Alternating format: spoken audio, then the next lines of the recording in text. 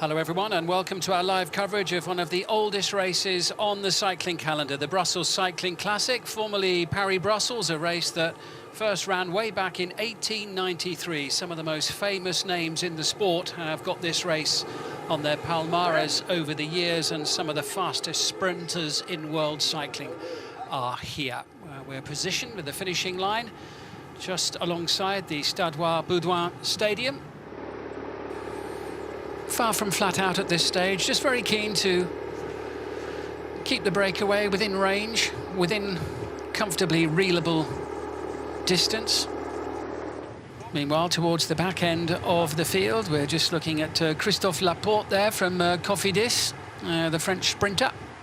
And a couple of the riders from the development team Sunweb are just in front of him, Ben Katterberg being one of them. There is Laporte, who doesn't appear to be any difficulty at all, and a quick comfort break being taken by Rikunov. Number 126 there, he was in the breakaway earlier on. And it's the teams with sprinters, those who fancy their chances of being in there at the end, who are patrolling matters at the front of this group, just getting his nose in front. As we go back with the leading group now. But for how long will they be the leading group? You can see how carefully they're just taking that corner, greasy road surfaces. 46 seconds, the peloton behind the front of the race now. Gaultier doing a long turn at the front here, anxiously looking round, passing the baton. The arrow-like front of the peloton shows that they mean business now. Kayser just moves off the front. Peloton closing in as well. Little upsurge in the pace in the last 2 or 3 minutes once more. Really strung out now. Got a first sighting of Caleb Ewan actually, just in behind the Bora Hansgrohe riders.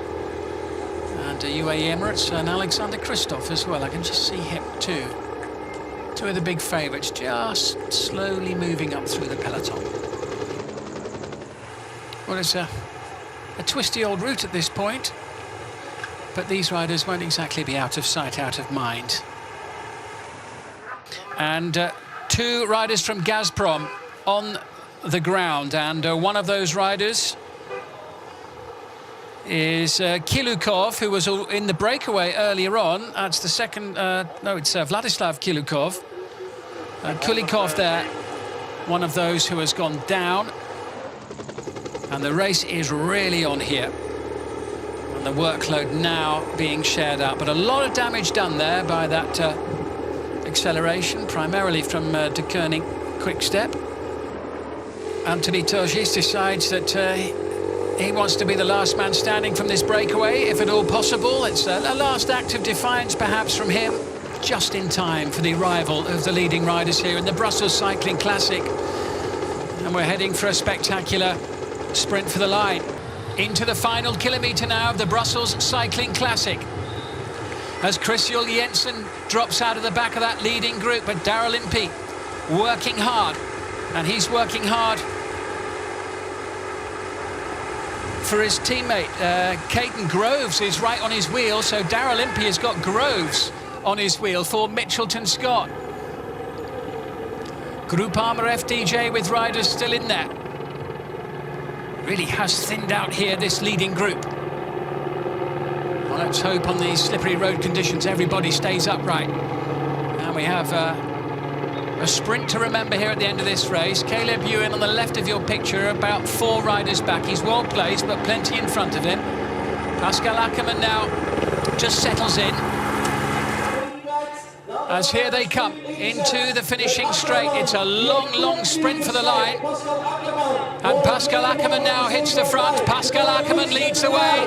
Ackermann's going for 2 wins in a row here. Is he going to get it once more? It's a long, long way to the finish. I'm not sure whether he is, as Caleb Ewan challenges right on the line. It was desperately close. Fanned out right across the road.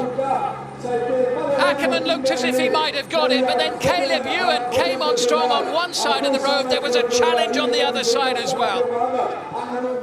Yeah, I crossed the line and I didn't know if I had won or not. But yeah, it was really close, I think, with a lot of guys in the end. But I didn't actually feel so good, and it's actually a really hard run up into the line, you know, and yeah.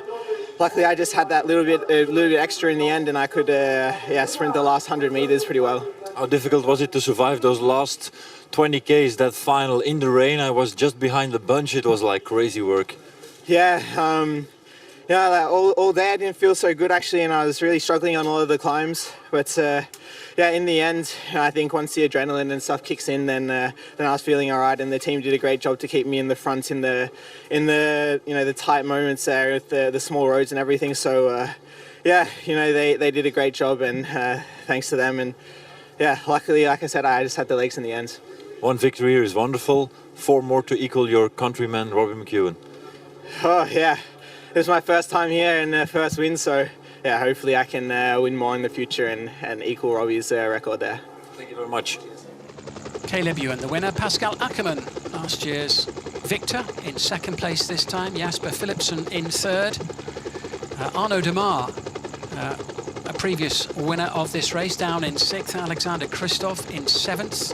And Caden Groves, an excellent ride for him, for Mitchelton Scott, finishing in 10th. So 2 Australians in the top 10.